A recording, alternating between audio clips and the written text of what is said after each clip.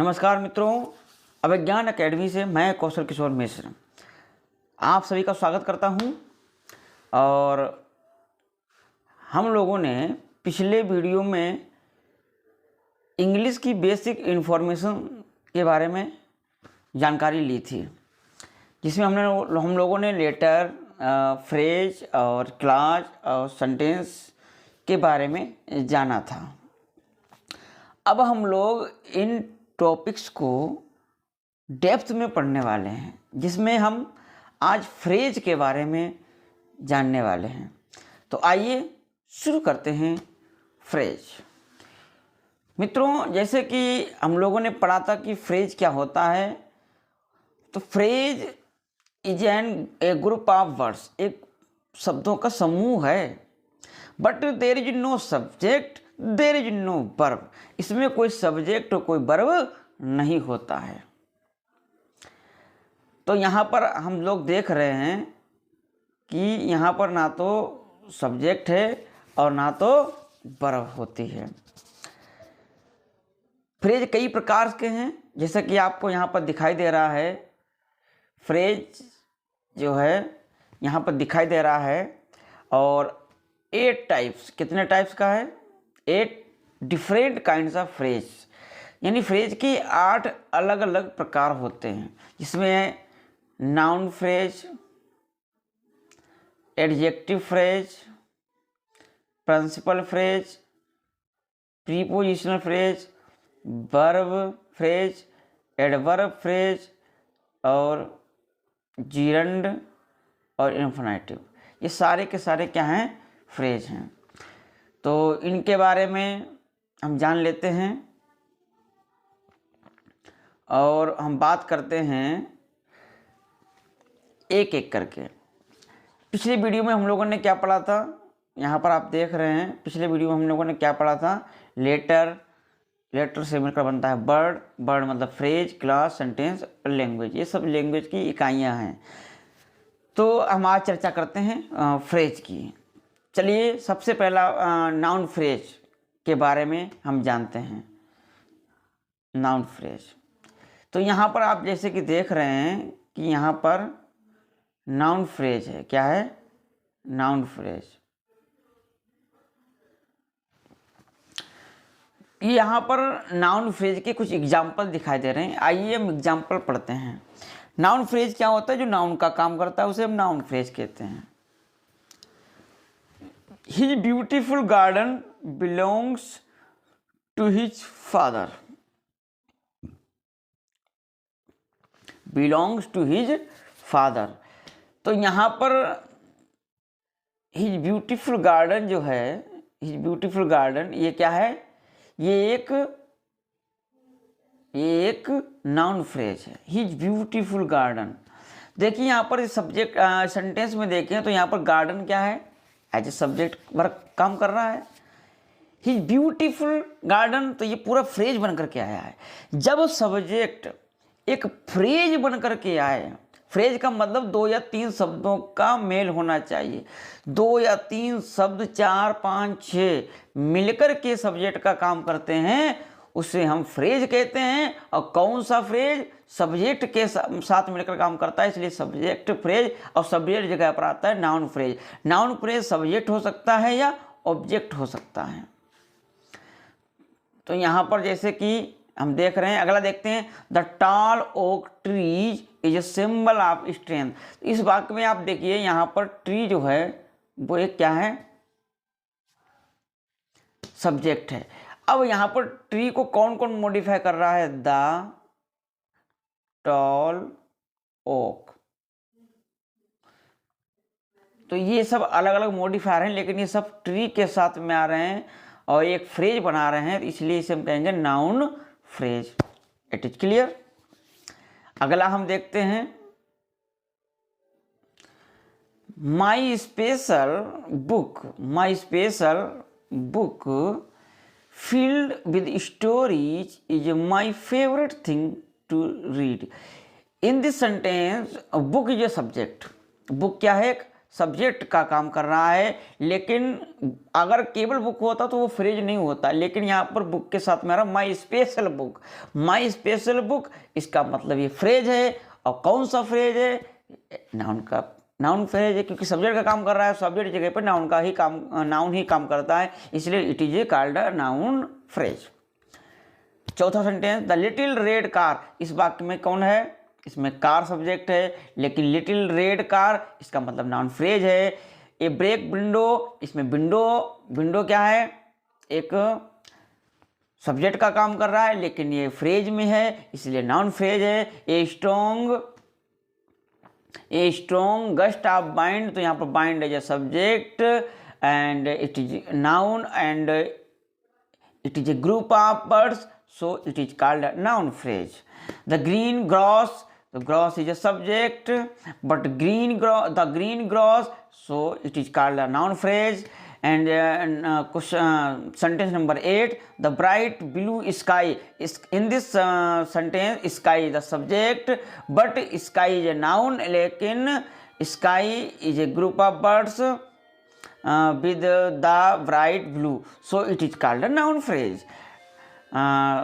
Sentence number 9, her old laptop, laptop is a subject, laptop is a subject, but it her old, old दोनों के साथ आ रहा है, इसलिए क्या है यहाँ पर? यह है noun phrase. A large pile of leaves, तो ये भी एक नाउन फ्रेज है। My new shoes is a noun phrase. A warm cup of coffee, coffee is a noun, but this is a noun phrase. The sunny red apple, it is called a noun phrase. His favorite toy car, noun phrase. A small box of chocolate, noun phrase. A loud music,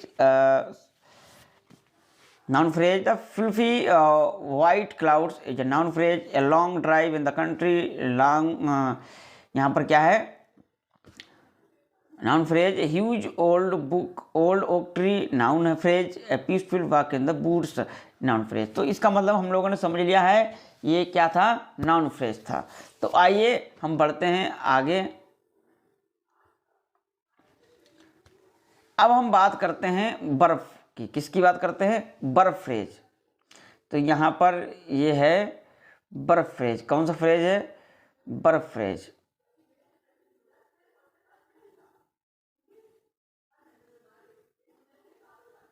बर्फ phrase.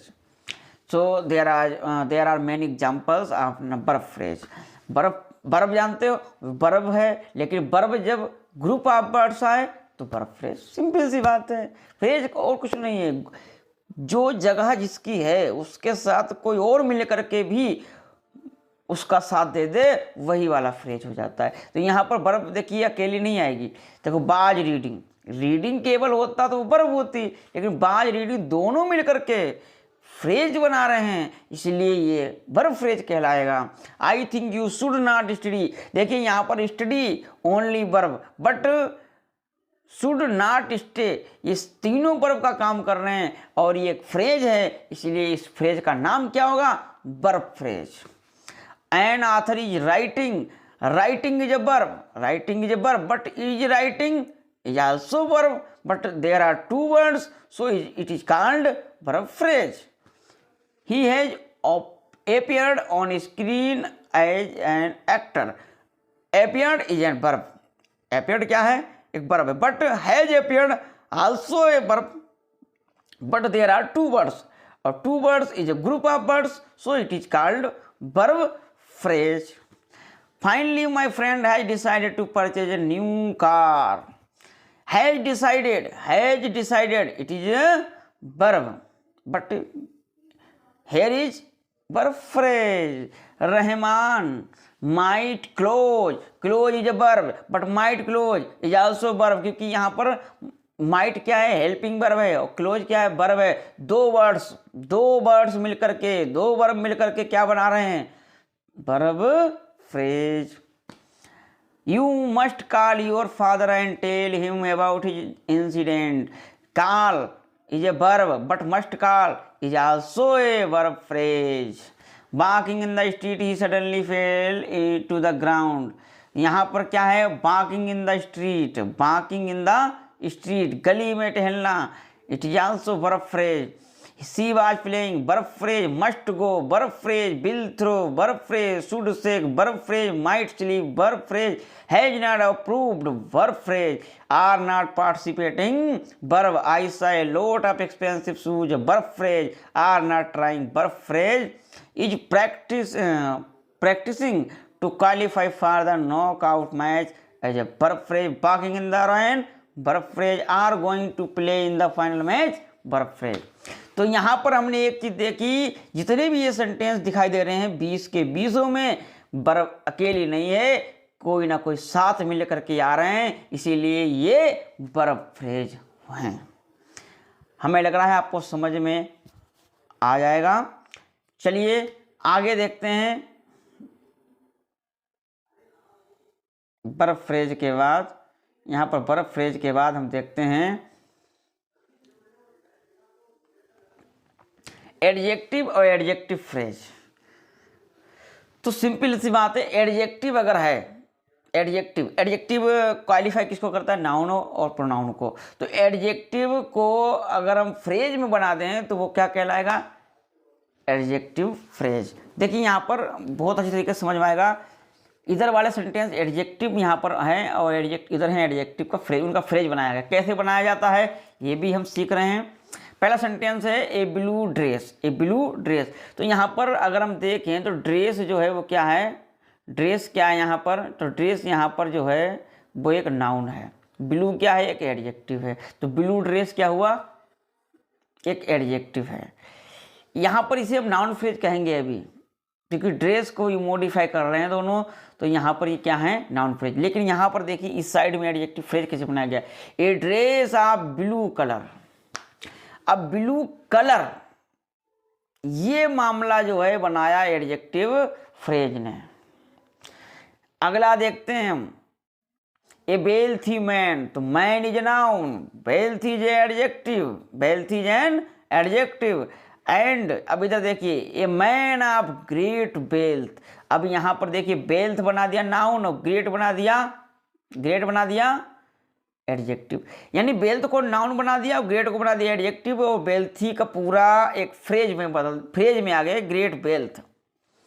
Biblical क्विटेशंस। तो क्विटेंस from the Bible, ये क्या बना? Adjectival phrase. A cowardly act. तो यहाँ पर an act of cowardice, तो यहाँ पर इसको क्या बनाया गया? फ्रेज बना दिया। ए फ्रेंडलेस मैन। अब फ्रेंडलेस अकेला है, इधर फ्रेंडलेस क्या है? अकेला है। फ्रेंडलेस क्या है? अकेला है। लेकिन इधर साइड में आप देखिए तो यहाँ पर क्या है? A man without A friend.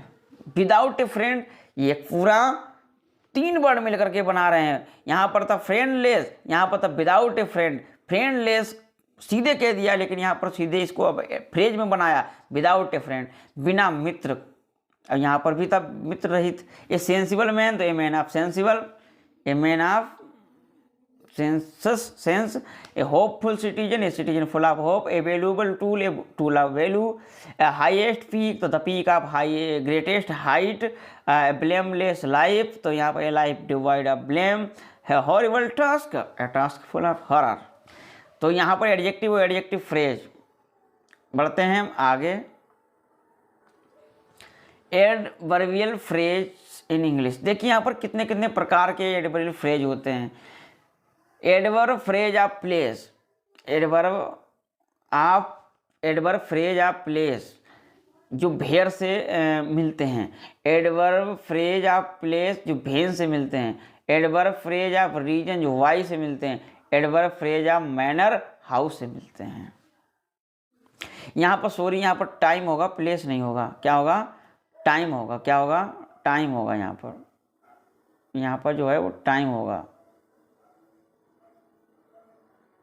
Time वाले जो है वेन से पता लगते हैं। बिहाइंड अवर स्कूल, स्कूल कहाँ है? तो बिहाइंड अवर स्कूल। तो ये किसका बना रहा है? कहाँ है, कहाँ पर हो? तो एट द स्टेशन, स्टेशन पर हूँ। तो यहाँ पर ये क्या बता रहा है? सब ये एडवर्ब फ्रेज हैं। कैसे हैं? और ये भेड़ से पता लग रहे हैं, प्लेस वाले हैं। बाय द पुलिस स्टेशन पर, in front of my house, अपने घर के सामने, अंडर द बेड, बिस्तर पर हूँ, बिहाइंड द कर्टन, पर्दे के पीछे, इन द फेस में, सामने, ऑन द लिप्स। तो यहाँ पर ये कहाँ से मिल रहे हैं? तो ये एडवर्ब जो कहाँ वाले होते हैं, कहाँ का जब आंसर मिलता है वो होते हैं adverb phrase of place. Adverb phrase of time वाले वेन से, कब, प्रश्न करिए कब? तो आफ्टर द मैच, मैच के बाद। तो ये फ्रेज कौन सा हुआ? हैं सब एडवर्बल, यहाँ पर जितने भी दिखाई दे रहे हैं सब एडवर्बल फ्रेज हैं, लेकिन अलग अलग एडवर्बल फ्रेज होते हैं। इन द नेक्स्ट 3 years, कब? अगले 3 महीने में। With in a few months, कुछ महीनों के अंदर। एज सून एज पॉसिबल, जितनी जल्दी हो सकेगा। वेरी सून, बहुत जल्दी। लास्ट नाइट, पिछली रात। The day before yesterday, any time, कभी भी। In the evening. अब कुछ है रीजन वाले, क्यों? तो टू सक्सीड इन लाइफ, जीवन में सफल होने के लिए, इसलिए पढ़ रहे हैं। To pursue higher education, to pay their loans, loan को अदा करने के लिए। To make my family happy, to impress others, to be calm and compose, to educate others. तो ये सब वाई से आंसर मिलने वाले थे। एडवर्ब फ्रेज ऑफ मैनर, कोई ढंग, तरीका। उन्होंने कैसे किया? वेरी वेल, बहुत अच्छा किया। कैसे किया? Lighting fast. कैसे किया? Extremely carefully. कैसे किया? Very easily. कैसा था? Very easily. In a low voice, कैसे बोल रहा था? तो in a low voice, like a grown up man. ठीक है, तो ये एडवर्बल फ्रेज थे। ठीक है, आगे बढ़ते हैं हम।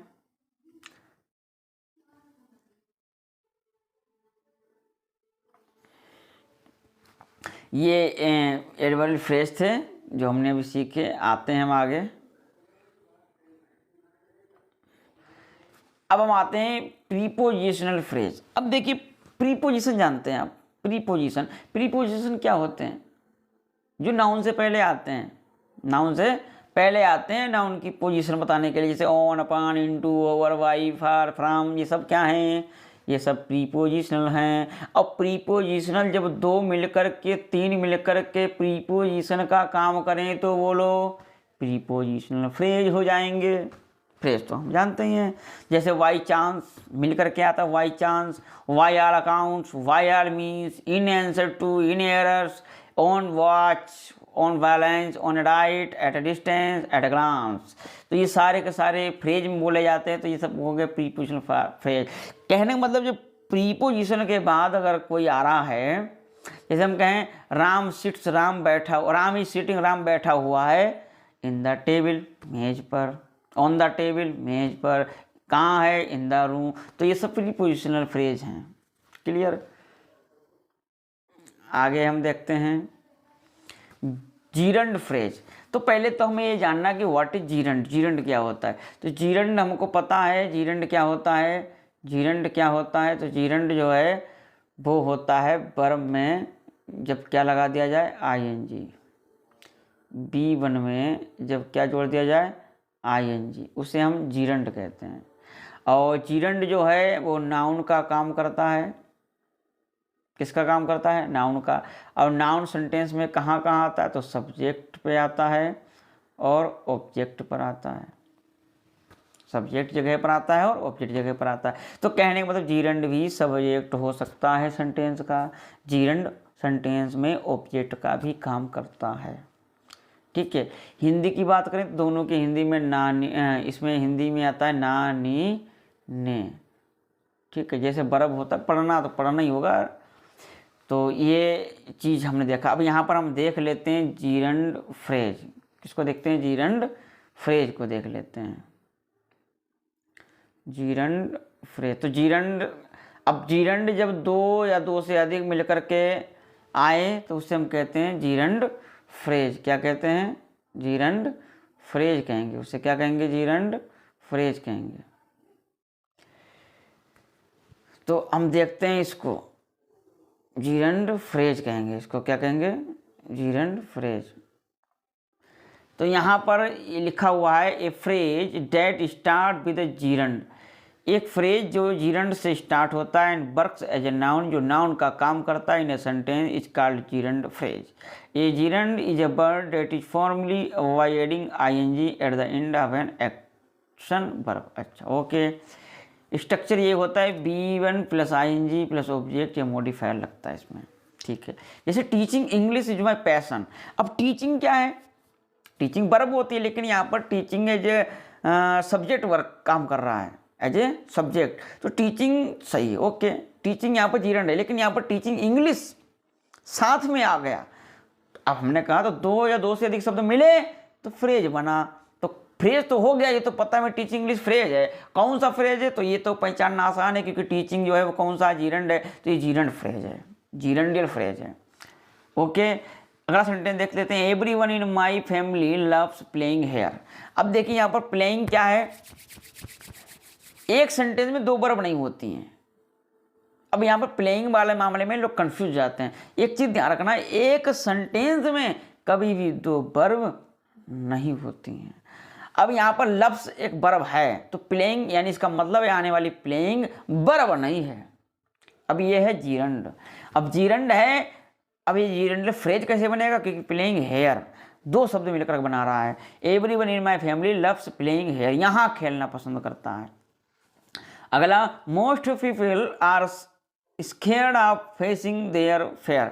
फेसिंग एक क्या है, जीरंड है, बट फेसिंग देयर फेयर ये पूरा मिलकर के आया, इसलिए जीरंडियल फ्रेज है। My biggest mistake was trusting him, तो यहाँ पर ट्रस्टिंग एक क्या है, वर्ब जीरंड है, और हिम साथ में आया है तो जीरंडियल फ्रेज हो गया, ठीक है। जीरंडियल फ्रेज भी हमें समझ में आ गया है। आते हैं आगे,